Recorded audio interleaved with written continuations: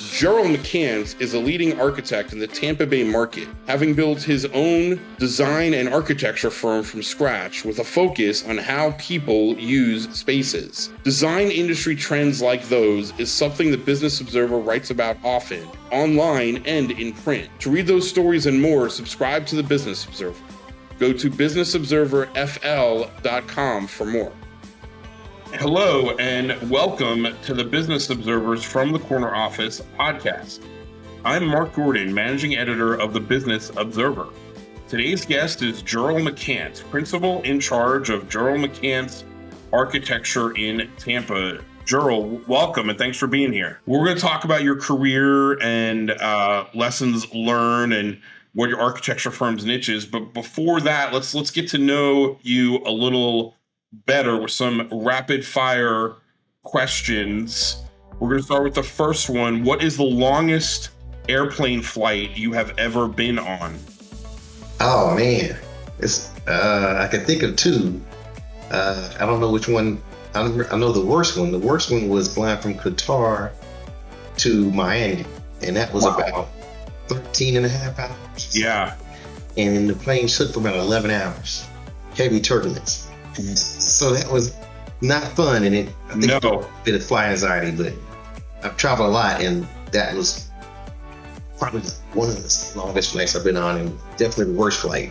Longest and worst, and memorable. Yeah. All right. Next question. What are the two most used apps on your phone?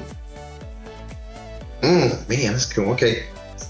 Definitely the first one would be my Spanish fluency app that I use when I work out and do very cool other chores and stuff, because I'm trying to be 100% fluent in Spanish. And I guess the second one would be, I don't know, maybe my Pandora app or something. It's music and then Spanish. Music and Spanish. You can do both. You can listen to Spanish music. All right. That's pretty cool. So educational too. Last rapid fire question. Who is one person, dead or alive, that you would love to have dinner with? Oh, okay. That's a toss-up. That would either be George Lucas or Stan Lee, from Marvel comic fame. Yes. I got to meet Stan Lee just in the airport. And really? Just happened to be on the underground train. And few people knew who he was. I was like, wait a minute, is that Stan Lee? So it was pretty cool. So I just walked out and, I just said thank you. He just had a cane. Yeah. In his 90s, and 2 years before he passed away. And wow. He kind of nodded his head in recognition. And everybody was like, who is that? That's so cool. Yeah, I would love to talk to him. That's awesome. I think we should have both at your dinner, and I think I should come. We should have Stan Lee and George Lucas and me. I'll like whatever. I'll serve the appetizers or something, because that sounds awesome. All right, so let's get into your career a little bit. You're obviously in architecture, and you've looking at your background and what your firm has done, some pretty cool things. Tell us about your architecture firm and career, and kind of what its niche is in the marketplace. Sure. Yeah, my firm is what you consider a boutique firm. So it's small in size, pertaining to staff and with projects. So we work in that mid-level. We're bigger to be just a small firm, like a 1 or 2 man shop, but not big enough to be a 20 to 50 person firm that works on huge projects. Yeah. So we get those projects in the middle. And those projects are going to be in the small ground up commercial buildings, where you might drive down the street and you see like a commercial building with 2 or 3 suites in it that's got its own unique design. Yeah. We fill in that niche and do those commercial. We'll do custom residential. We'll do developer driven projects like multifamily. We do a lot of affordable housing with a sustainable aspect to it. And then we do a little bit of military as well. So we're across the board when it comes to different building types and disciplines. We do religious, and we do different types of religious facilities. So they all fall in that niche where bigger firms may not want to do those, or may want to do them, but the budget's too big. Yeah. But we can provide specialized services for those type of clients. So a lot of different things. How did you get into this line of work? Were you carrying around a pencil and a blueprint when you were a young lad, or Yes. kind of grow into it? Tell us about how you got into architecture. Well, I say I was born into architecture. Like, you might hear that from other architecture. Yeah. Kind of, once you've been put on planet Earth, you're an architect. Yeah. And it just flows through you before you even know what it is. So I was designing spaces before I could walk. Really? I would grab what I can and create forms and patterns. And I had my parents take pictures of it, thinking it's super creative, right? So I kind of just kept having that urge to want to design and create spaces. Yeah. It just led to drawing, and it led to eventually doing designs with floor plans. So from there, I just kind of grew into being an architect before I really knew what it was. Yeah. Very cool. And now you're working on obviously a couple of projects, but I know one that's been getting some attention is Tampa Union Station. Tell us about Tampa Union Station, your role in that, and what that project is. Right. And that is a unique and special project. I've been fortunate to be on the board on the nonprofit side for a number of years, because I come from Chattanooga, Tennessee originally, and that was like the railway hub of the South. Yeah. And so everybody knows about the Chattanooga choo-choo and things like that. We have all that there, incline railroads going over mountains. And then I come down here, and I was asked to join the board of a train station. I was like, well, that works. Yeah. And years later, it was an opportunity where we started doing some renovation work. We raised money and fixed up the station because the city didn't really necessarily provide the amount of funding that was required. So the nonprofit was kind of subsidizing. So now it got to the point where the city was able to put forth a large amount of money to do major renovations, but we still had to rely on some grant funding. And so that came together that way. And then I already had a particular, history of the train station already, since we did minor repairs throughout the year. So then the contractor had me join their team, and then we submitted and then won the contract to do a DB, design build, with the city of Tampa. To do the full a major renovation, the largest has been in the past 30 so years. Yeah, and it's active right now, right? I feel like there's been some progress, I guess would be the word there. Yeah. Right now, the permits are all been approved. Yeah. Amtrak is the provider that services obviously the trains, right? And they are going to move into a temporary trailer, and that trailer has been set up already. They're going to move their operations in the trailer, and then the work on the building will start maybe towards the end of the summer. Very cool. Let's move over more to like the operations leadership side of your business. Tell us, who have been some of your mentors, and what have you learned from them about running your own business and being a leader? Okay. That varies. Like, I've had mentors that come across in my life at different points, right? So I used to work at McDonald's as a teenager, and there was one guy I always think about. Like, he was a maintenance guy, but super smart. Yeah. He didn't really have the motivation to go through college, but he would read books all the time. Right. And he would say stuff to me. I'm like, what is this guy talking about? Yeah. But everything he said just had a lot of power and layers to it. And I would still understand, like, he was talking so much about life and about journey and kind of forming, your direction, even though he really wasn't good at doing it himself, but he was really good with explaining it. Yeah. And it made sense to me. I was like, okay, yeah. So he was kind of like this non-conventional mentor. Yeah. And then I've had other mentors that were highly educated and are retired architects that I've come across. Yeah. And I still talk to them about the construction industry and about understanding business. And, my father, he was a businessman. He ran a business, and he kind of instilled and planted seeds to me to understand just running a business, not just being an architect, because he wasn't in architecture. He was more in finance. But he would always say, hey, one day you could have your own architecture firm. And I was like, I don't want to do that. Yeah. In college. But then it just so happened. It just turned out to be that way. So you have these people along the way that plant these seeds, and they stay with you. And they were all instrumental. to get What that gentleman at McDonald's? Anything stand out that you learned from him that you saw him do, or teach from him? Yeah, yeah. He would call his nickname for me was the studious one. And he was like, Right. I guess he just liked talking to me. He said, "Hey, studious one, hey, come over here."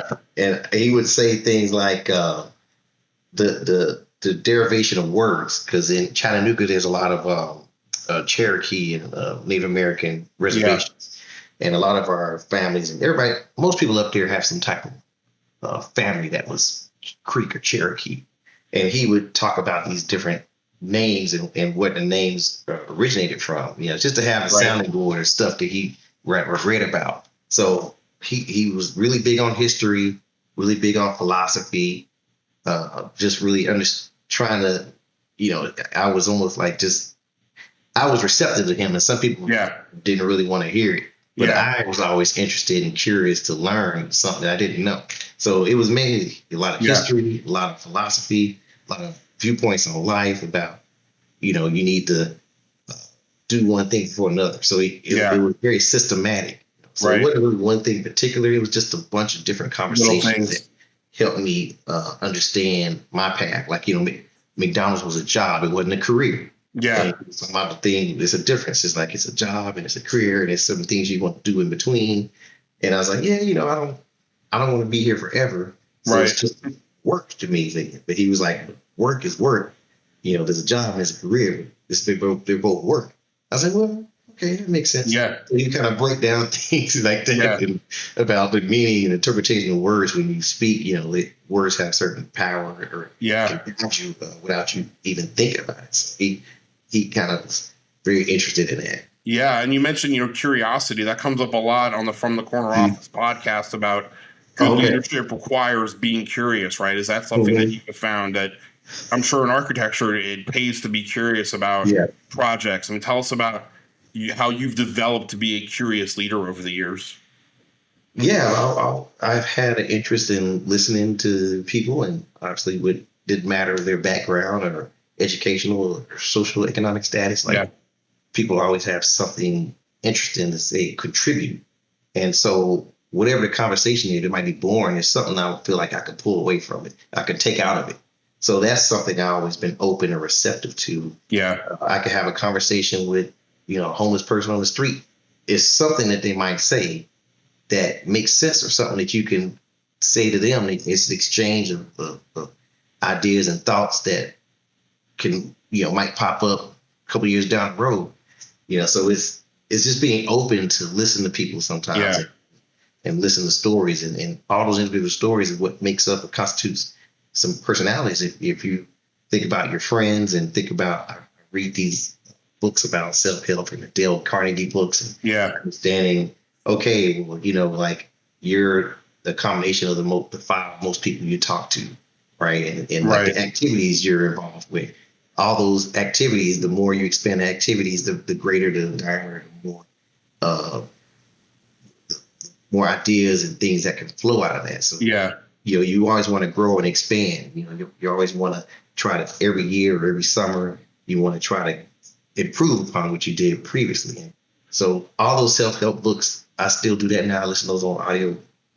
Yeah. Is there one book that you mentioned, Dale Carnegie? Is there one book that you particularly, recommend or got a lot out of? Yeah, I finished a couple of them. The last one was How to Influence Friends. I can't get the right title. It's like How to Win and Influence Friends or something like that. Right. Yeah, that's one of the big ones. Sure. Yeah. Yeah. So I finished that one, and then I did an audio book with. But I actually read that one because I wanted to highlight and take a look at that. And I talked to that during my office meetings on Mondays with my staff, and I pull apart about how to relate to people that aren't in the construction industry. So he's got little lessons in there that tells you how to talk to people so they don't feel offended, or you feel like you want to be able to educate them without making them feel like you're taking them down some path that they don't understand. So all that stuff helps us be better project managers, better communicators. Yeah. And that's what I got out of that book. Yeah. So whether it's from reading the books or from seeing other leaders working with other people, what are leadership characteristics that stand out to you? You know, what are some of the high level best leadership characteristics? Mhm. Well, definitely, I would say probably taking responsibility, taking charge of the situation, not giving excuses. Yeah. And there again, there's situations that come up where you're working on deadlines and, Murphy's Law, everything else happens except what you want to happen. But then nobody wants to hear that. Like the computer might shut down, you get a virus, but the report's due tomorrow. So what are you going to do? Like, there's no excuse for that. You just got to step up, play. You got to do, execute. Yeah. And don't use that as a barrier, because if you don't get past that barrier, you won't succeed. And the time you start getting over those hurdles, they may get higher, but it may be easier to get over them because you get experience to go over them smaller. So it's like you always have obstacles in front of you, but it's like, how are you going to navigate around those obstacles? I look at those lessons like when I see in other leaders, and like, how many times have they fallen and got back up? Or how many times have they gone through issues and been able to overcome them? Like just that obstacle barrier. That is something I think is most important, especially when it comes to business and you're dealing with staff and you're dealing with personality issues and you're dealing with clients. And, being an owner, everybody thinks, oh, you're the boss. It's like, well, everybody has a boss. My boss list is exponential. Yeah. I got to be able to please them and to get them what they need and then turn around and get the staff they need. Right. You're not really in a position of ultimate authority. Yeah. You're a king or something. So being a good leader is like really being able to meet the needs of so many different people. Yeah. It's a good point. Is there a piece of leadership advice, Jerel, that you've gotten that sticks out in your career? Either, from your dad or from other mentors, piece of leadership advice that resonated with you? It would be timeliness and schedule. So it's like I hear from old colleagues that's been through the journeyman, that's been through the profession a long time, and it's like, if you're not early, you're late. Things like that. I was like, well, does that really make sense? And I started thinking, okay, all right, because there again, you always want to plan to be there extra early because you might get there right when you need to get there, because there's always something that's going to happen. Yeah. If you're driving or something and there's a dump truck in the way, there's always something that gets in the way. So you never really want to think that you're going to get somewhere on time. Yeah. You plan to get there ahead of time. And in the same way with reports, when we do submittals and we do qualification packages to present to municipalities, because we're ranked, when we do those bigger projects, we have to compete with other firms. And they give us deadlines, and I can't turn in my deadline. If it's Wednesday at 2:00, I can't turn it in Wednesday at 1:30. I got to plan to turn it in Tuesday at 2:00. And because something inevitably will happen, well, then you won't submit it to Wednesday morning. Yeah. But you still got that buffer, right? So then you got to plan that way and anticipate and just understand timeliness is very crucial. Yeah. Business and deadlines and timelines, getting things to the next level. I like it. One last question. We go back to architecture. I bet they're probably like your kids, but what's the best, coolest, most amazing project you've ever worked on? I bet you get asked that a lot, and you're like, I don't know what to answer. Well, the best, coolest projects as an architect are the ones that aren't built, right? They're the ones that the client says, oh my God, I want to do this pool house. On the side of a mountain, say, oh, I'm gonna be the next Frankfurt, right? I'm getting it's a regular, and then they design it, and then it costs too much. Costs too much. That's not gonna work. I've changed. I want to get something put in. So it's always something that you've almost done, but you've done the plans, but it doesn't. So I've done like alumni centers. I've done a huge convention center for my old alma mater at Tennessee State University. Yeah. And we did plans for it. We did renderings, presentations. It got distributed in Alumni Magazine. They did an alumni article about me. Very cool. Hey, this is not, and then it didn't happen. So this is kind of. Yeah. The lesson is, I guess, keep dreaming, right? Keep pushing, keep looking for that best project. That won't happen. Awesome. Well, Jerel McCants Architecture in Tampa, thank you so much for joining us on the From the Corner Office podcast. Thank you, Mark. Appreciate it. Thanks, Todd.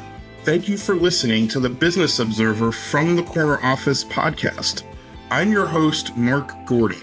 This podcast was produced by Reed Corley of the Corley Company in Sarasota. To hear more episodes of From the Corner Office podcast, go to businessobserverfl.com.